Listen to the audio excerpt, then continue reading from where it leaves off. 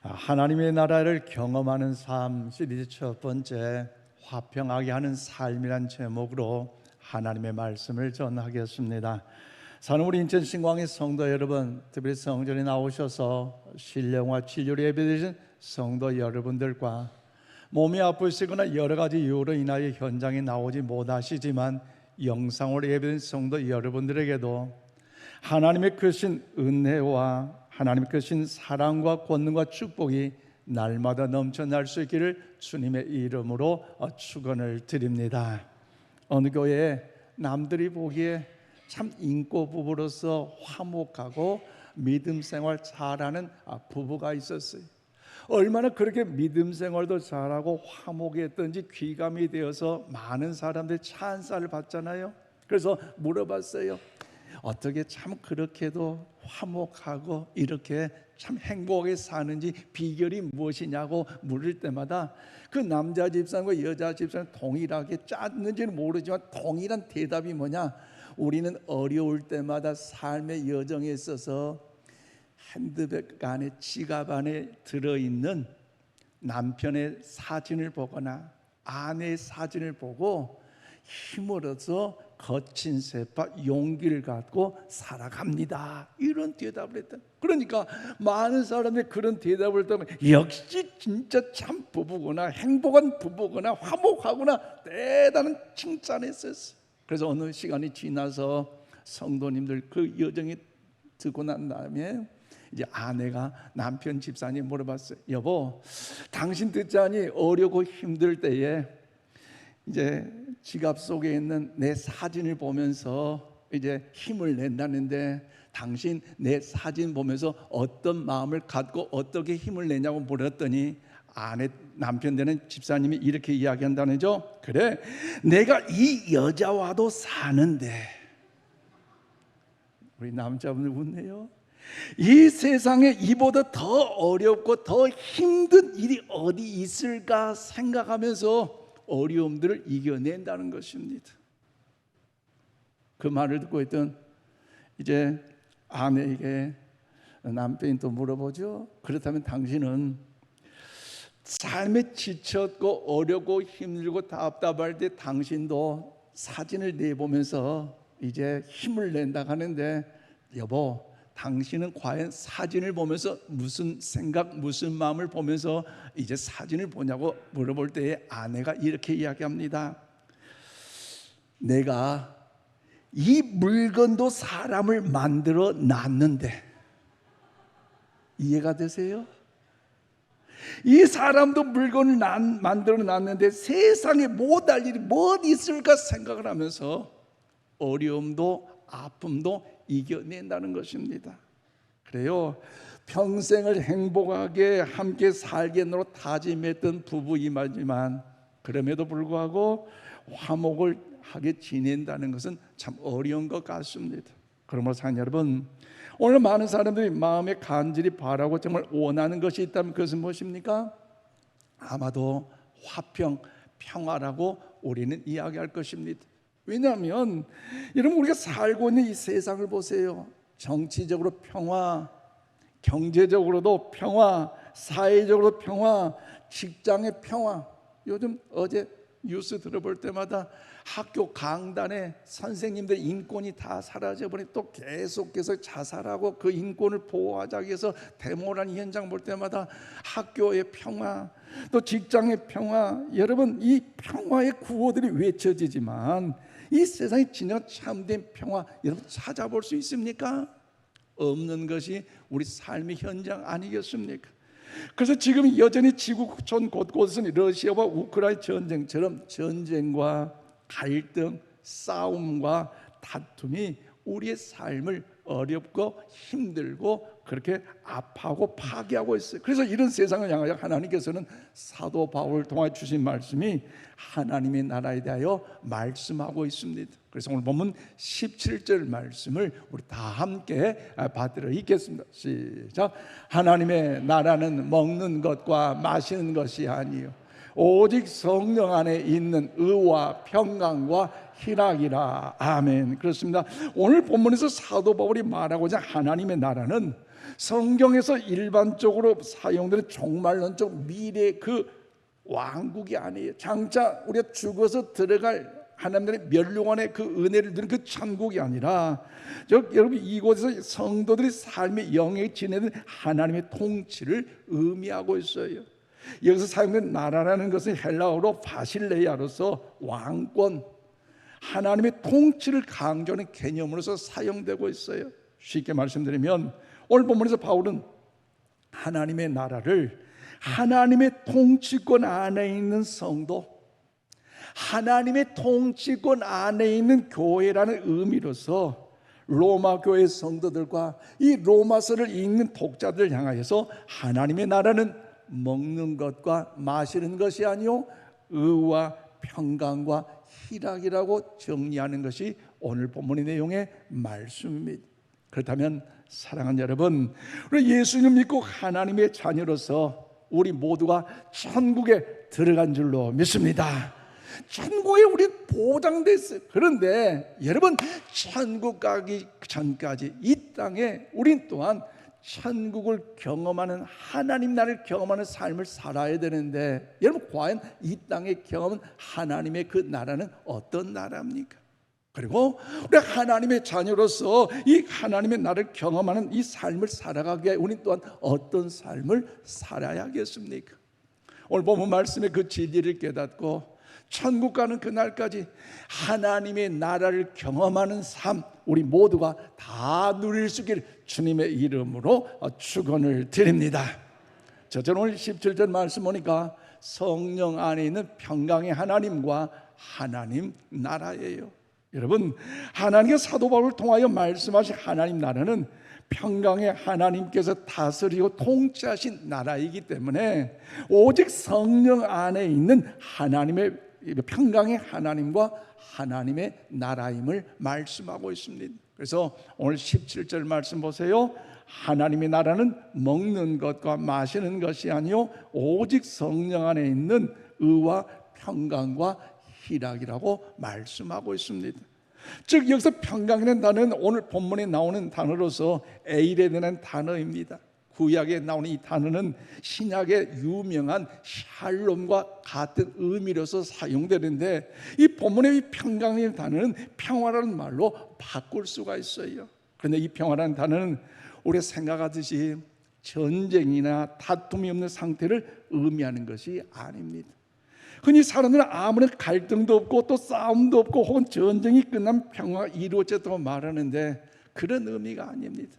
전쟁이 끝나면 전쟁 기념탑이 세워지고 어떤 일이 끝나고 나면 어떤 거기에 대한 상징성 탑이 세워지는데 그것은 어떤 잘못된 모습 아닙니까? 그러나 사랑하는 여러분, 진정한 평화는 그 이상이라는 것, 즉 평화라는 것은 무엇이 없는 상태가 아니라 오히려 모든 것이 완전하게 되어진 상태, 즉 전쟁이 없는 상태, 갈등이 없는 상태가 아니라 더 나아가서 모든 것이 완전하게 되어진 상태, 모든 것이 충만하게 되어져서 채워져서 보장이 없는 상태를 말하는 것으로 이것을 샬롬이라고 말하는 것이에요. 한 예로 우리 아는 사람 만날 때마다 안녕하세요, 반갑습니다, 친절하게 인사할 수 있는 것처럼 유대인들도 인사할 때 어떻게 인사하냐? 아는 지인들을 만날 때마다 샬롬하고 인사를 합니다. 샬롬. 그 의미의 뜻은 뭐냐? 당신을 향한 하나님의 최대의 선이 이루어지고, 그래서 모든 부족함이 사라지고 충만한 상태가 이루어지기를 빕니다라는 의미가 여기에 담겨져 있습니다. 그러므로 이 아침 여러분 잘 오셨어요. 우리 앞뒤 좌우 그 마음을 담아서 우리 한번 축복하는데요, 한번 저를 따라서 인사합시다. 샬롬, 샬롬.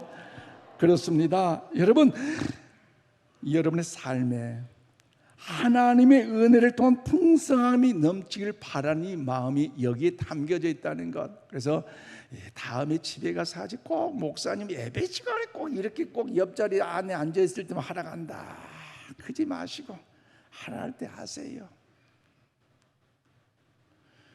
얼마나 은혜답니까? 당신에게 그 하나님의 은혜가 충만하게 채워진다는 것. 그런데 여러분, 이 평화는 우리들이 만들 수 있는 것이 아니에요. 이런 참된 평화는 오직 평강의 하나님만이 만들 수 있고 평강의 하나님만이 주실 줄로 믿습니다. 평화가 단순히 다툼이나 싸움, 그리고 전쟁이 멈춘 상태라면 우리가 열심히 노력해서 여러분 만들 수 있지만, 그러나 평화는 그 정도가 아니라는 것을 우리는 알아야 합니다. 그리고 우리는 아무리 노력을 해도 평화를 가져오기는커녕 오히려 다툼과 싸움을 불러일으킨 경우가 얼마나 많다는 사실을 우리는 알 수 있지 않습니까? 한여울 본문에서 사도 바울이 다루고 있는 문제는 교회 안에서 두 양심이 있을 때에 일어난 일에 대하여 고민하고 있어요. 의견이 갈리고 논쟁이 갈리고 갈등이 있을 때에 하나님의 교회는 그런 문제들을 어떻게 풀어가야 하는가를 다루고 있다는 거죠. 그래서 사도 바울은 서로를 향하여서 생각이 다르다고, 의견이 다르다고 비난하거나 비판하지 말라는 것입니다. 왜냐하면 비난과 비판은 자신이 옳다는 그 의로움에 잘못된 것은 나온다는 것을 알기 때문이에요. 쉽게 말씀드리면 자신이 옳다고 생각하는 기준이 있고요, 확신도 있고 열정도 있기 때문에, 그러기 때문에 틀린 것 자체가 비난할 수밖에 없다는 것. 오늘 본문에 보면 고기를 먹는 사람들에게는요, 우상은 아무것도 아닙니다. 그들이 이제 먹는 고기는 우상의 제물이 아니라 단지 고기란 자체를 생각해서 고기를 먹는 것인데 뭐 내가 잘못이냐고 이렇게 의심될 수 있어요. 그런데 고기를 먹지 않는 사람은 달라요. 아니, 그 고기는 우상 제물로 바쳐졌던 고기인데, 그래서 우상하게 절하는 것도 마찬가지고 우상을 섬기는 것도 마찬가지인데 왜 고기를 먹을 수 있느냐? 고기를 먹지 않는다. 나는 죽어도 안 먹는다. 하나님을 경외하는 믿음으로 먹어서는 안 된다. 철저히 믿음 신앙생활한다. 이렇게 먹지 않는다는 것. 그래서 양쪽 모두가 자기 확신이 있고 열정이 있기 때문에 서로를 향하여서 이제 비난을 할 수밖에 없어요. 그래서 고기를 먹느냐 안 먹느냐 문제가 아니라 신앙의 문제라고 이해하고 있다는 것. 그래서 사도 바울은 양쪽 모두를 향하여 그리스도 안에서 서로를 비난하거나 비방하지 말라고 했는데, 그 이유가 뭐냐? 오늘 보면 3절 말씀에 나왔는데 함께 3절 말씀을 함께 받들어 읽겠습니다. 시작. 먹는 자는 먹지 않는 자를 업신여기지 말고 먹지 않는 자는 먹는 자를 비판하지 말라. 이는 하나님이 그를 받으셨음이니라. 아멘. 우리 한번 고백합시다. 하나님이 그를 받으셨습니다. 할렐루야. 하나님이 받으시던 단어는요, 대단한 의미가 있습니다. 이것은 하나님의 나라의 백성이 된 것은 그들이 했던 행위, 그들의 어떤 행동에 의하여서 여러분 된 것이 아니라는 것을 우리에게 가르쳐 주고 있어요. 즉 우상을 인정하지 않고 거리낌 없이 고기를 먹었기 때문에 하나님의 자녀가 된 것이 아니라, 또 그들 생각하고 우상 제물을 먹지 않는 그 행위 때문에 하나님의 자녀가 된 어떤 그것도 아니라는 것을 우리에게 말씀하고 있습니다. 즉 그들 모두를 하나님께 받으신 것은 자기들의 행위나 자기들의 의가 아니라 예수 그리스도의 십자가의 죽음과 예수 그리스도의 부활의 은총이 임함으로 저들 가운데 하나님의 자녀의 은혜를 베풀어 주신 줄로 믿습니다. 쉽게 말씀드리면 그들 어떤 행동을 통하여 어떤 것을 통하여가 아니라 오직 예수 그리스도 안에서 성령 하나님의 역사를 통해서 평화를 얻게 되고 하나님의 자녀라는 사실을 말씀하고 있어요. 그래서 우리는 구약 성경 시편 29편 11절 말씀을 우리 힘차게 받들어 읽겠습니다. 시작.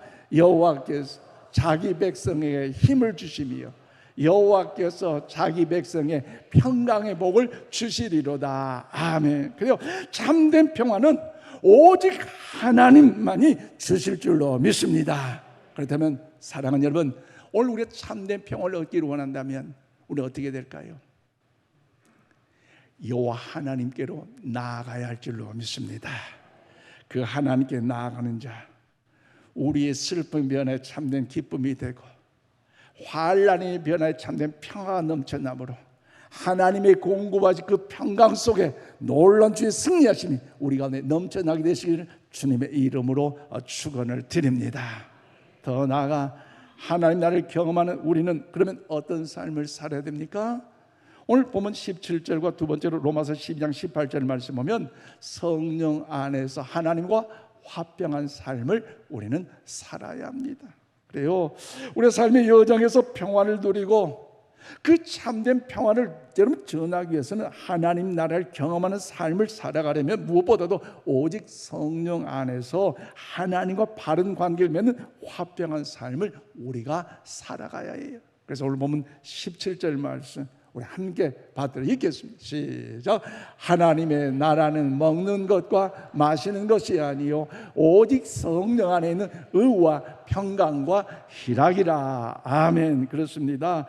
여러분, 진정한 평화는 평강의 하나님과 나와의 관계 속에, 이 바른 관계 속에서 주어진 것이에요. 그래서 사도 바울은 이 평강과 희락 앞에서 의라는 단어를 먼저 쓴 것이 바로 그것 때문입니다. 먼저 하나님께 의롭다고 인정받지 못한다면 신앙의 본질을 놓치는 것이에요. 교회 생활은 익숙할지 모르지만 그렇다는 거룩한 자체는 보일지 모르지만 하나님의 사람이 될 수 없다라는 것입니다. 또한 하나님의 사람으로서 하나님의 의롭다고 인정을 받지 않으면 하나님과 화평은 없고 심령의 기쁨도 없다라는 말씀입니다. 왜 그렇습니까? 참된 기쁨은 오직 하나님과의 바른 관계 속에 거할 때 하나님께서 주신 것이기에 우리는 하나님과의 관계가 바르게 맺어져야 할 줄로 믿습니다. 여러분, 바울과 실라를 보십시오. 복음을 증거하다 감옥에 갇혔어요. 심한 매를 맞았어요. 착고에 매였어요. 미래가 보이지 않고 그 상처, 그 고통, 언제 죽을지 모르는 그 불안감과 그 아픔의 그 시련들, 주위의 그 상처 속에 그 시름 속에 얼마나 크겠어요. 내가 하나님의 영광을 위해 복음을 증거했는데 나에게 돌아온 것은 이것밖에 없노라고 원망 불평하고 싶었지만, 그러나 여러분, 그가 하나님과의 관계가 바로 맺어졌기에, 주님과의 관계가 바로 맺어졌기에 원망과 낙심과 실망과 체념이 아니라 하나님의 은혜 평강을 주시니 그 고난 속에, 환난 속에 뭐예요? 찬송하고 할렐루야, 기도하고 할렐루야, 하나님의 은혜를 경험한 줄로 믿습니다. 바울과 실라가 감옥에 찬송하고 기도했더니 그 모든 감옥의 간수장과 죄수들이 듣게 됐고, 더 나아가 하나님의 역사하시니 옥토가 흔들리고 감옥문이 열리고 착고가 풀리고 살아나는 역사가 나타나는 것처럼, 여러분, 우리가 하나님과 관계를 올바로 맺을 때 하나님의 공고하신 평강이 우리 모두가 넘쳐나게 될 줄로 믿습니다. 세상이 어렵고 힘들고 답답할지라도, 내일의 미래가 보이지 않는 날지라도 하나님과의 관계를 바로 맺는 자, 주님과의 관계를 바로 맺는 자, 우리 모두 하나님의 은총이 넘쳐나게 됨을 믿으시기를 바랍니다. 그래서 로마서 12장 18절 말씀 우리 다 함께 받들어 읽겠습니다. 시작. 할 수 있거든 너희로서 모든 사람과 더불어 화목하라. 그래요, 하나님께서는 먼저 하나님과 화목하는 것이 중요함을 말씀한 동시에 우리가 다른 이들과 화목하는 것이 얼마나 중요한 것을 우리에게 강력하게 권면하고 있다는 사실을 우리는 기억해야 됩니다. 여러분, 그래서 모든 사람과 더불어 화목하라는 말씀 속에는요, 나를 미워하는 사람도 여기에 포함되어 있어요. 나를 해치는 사람도 여기에 포함되어 있어요. 나를 핍박하는 사람도 여기에 포함되어 있어요. 여러분, 그런데 이 사실 실천한다는 것 어려워요. 사실 힘들어요. 때로는 억울하고 분통이 터지고 답답해요. 인간관계에 있어서 여러분, 이 화평, 그럼에도 불구하고 하나님의 자녀이기 때문에 화평을 이루고자 노력을 하라는 것입니다. 동의하시면 아멘 하십시오. 아멘이십니까? 왜냐하면 이것이 평강의 나라를 이 땅에 확장시켜 나갈 책임 있는 하나님 나라를 경험하는 성도들의 삶의 본질이기 때문에. 한예로 예수님께서 산상수훈을 통하여 우리에게 말씀하셨잖아요. 원수까지 사랑하고 우리 저주한 자를 축복하라 말씀하셨고, 우리 미워하는 자들에게 선을 베풀어야 되고, 악심을 품고 우리 공경하는 핍박하는 자들 오히려 기도해 주라고 말씀하셨어요. 쉽던가요? 어렵잖아요. 괴롭고 답답하잖아요. 그런데 왜 해야 됩니까? 그것이 바로 하나님 나라를 경험하는 성도, 즉 화해자의 삶을 살면서 평강의 나라를 증거해야 할 우리의 사명이 있기 때문입니다. 그러므로 사랑하는 여러분, 예수님의 요청에 우리가 순종하려면 우리의 상황은 어떻습니까? 때는 엄청난 대가를 치러야 되고, 엄청난 자존심이 상해야 되고, 때론 바보 취급을 당할 때가 있을 것이. 또 나를 미워하는 자에게 오히려 선을 베풀라니 세상의 관점에 보면 어리석게 보일 수 있어요. 나를 비방하는 사람을 향하여 헐뜯는 사람에게 내가 먼저 화해소를 내밀라니 정말 자존심 상하고 너무너무 잠이 안 올 때도 있어요.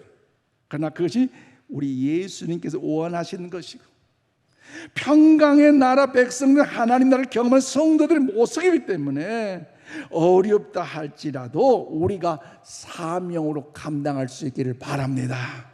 어렵지만 주님께서 십자가에서 그 사명 감당하셨듯이 우리도 하나님의 자녀답게 그 사명 감당해야 되지 않겠습니까? 아직은 몰라줄 때 있더라도 저 영원한 천국에 갈 때에 주님께서 그래, 그때 얼마나 억울했니? 그래, 그때 얼마나 마음 아팠니? 그래, 고생했지? 주님께서 그 눈물을 알아주시고 내 마음을 알아주시고 위로해 주시면서 주님께서 인정해 주신다면 잠깐 이 땅의 고통, 실망, 좌절, 아픔, 상심 그걸로 낙심할 것이 아니라 영원한 그 하나님 나라의 멸관의 주인공으로 살아간다는 그 자신감을 가지고 용기를 가질 수 있기를 바랍니다. 지난 주간 우리 교회에서 인천 동로에 남부 시찰회를 잘 마쳤어요. 또 여러 안내로 또 도와주시고 또 차량 주차 도와주신 우리 모든 성도님들께 진심으로 감사합니다.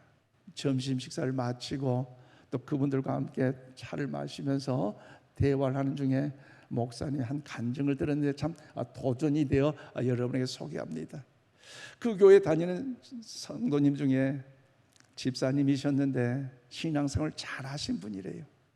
그리고 하나님의 나라를 경험하는 삶을 살고자 몸부림치며 영혼을 살리는 일에 전도하는 일에 최선을 다하면서 보험사 일을 하는데 이 일을 소개했습니다.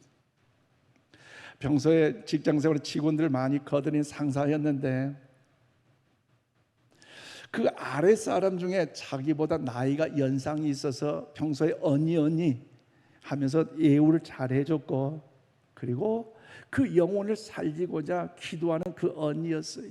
얼마나 평상시 관계가 좋았는데, 그런데 그 과정 속에서 이제 급여 문제가 발생되어서 원치 않게 좀 더 서로 언성이 높아지자 그 아랫사람, 나이는 많지만 그 언니가 뺨을 그 집사님을 때려버렸다는 거. 여러분, 뺨을 맞았네요. 아무 일, 내가 잘못한 일 없는데. 여러분 같으면 어떻게 하실래요? 우리 옆에 물어봅시다. 어떻게 하실래요? 그 순간 집사님은요, 분노와 수치심 등 여러 가지 감정들이 들어왔는데 도저히 용서할 수 없는 그 마음이 그 머리 끝까지 들어오게 됐어요. 그런데 하나님의 나라를 경험하는 성도의 삶을 살아야 한다는 성령님의 강건한 그 깨달은 음성 때문에 동시에 그 아래 직원이었던 그 언니를 보게 되는데 너무나 불쌍하다. 나는 예수님 믿고 천국 가면 되는데 예수님 안 믿는 그 영혼 본 지옥 갈 백성 보니 너무 불쌍하고 이것저것 생각이 얼마나 안타까운데, 그러면서 오히려 됐다 머리끄댕이 싸우고 이판대판 평상시에 언니로 대우해더니 나를 뭘로 알고 있냐 싸우는 것이 아니라 오히려 내가 더 잘 챙겨줘야 되는데 챙겨주지 못했다 미안하다고 그러면서 사과하면서 언니를 알칵 껴안아버렸다는 것. 그랬더니 본인도 울고 그 아랫사람 언니도 울면서 화해하는 역사가 이루어지면서 그 언니가 이 집사님에게 자신을 오해하게 돼서 미안하고 그 손가락 딱 미안하고 미안하다고 너무너무 미안하다고 사과하면서 사죄하면서 그로 인하여 화해하게 되고 그 후에 두 분의 관계는 더 가까워 평소 믿음이 더 없었던 그 언니가 이 집사님을 전혀 예상하지 못했던 그 화해 행동을 보고 자기도 집사님이 믿고 있는 하나님을 믿고 싶어졌다고 고백했다는 거지요. 할렐루야. 주님의 영광 아니겠습니까?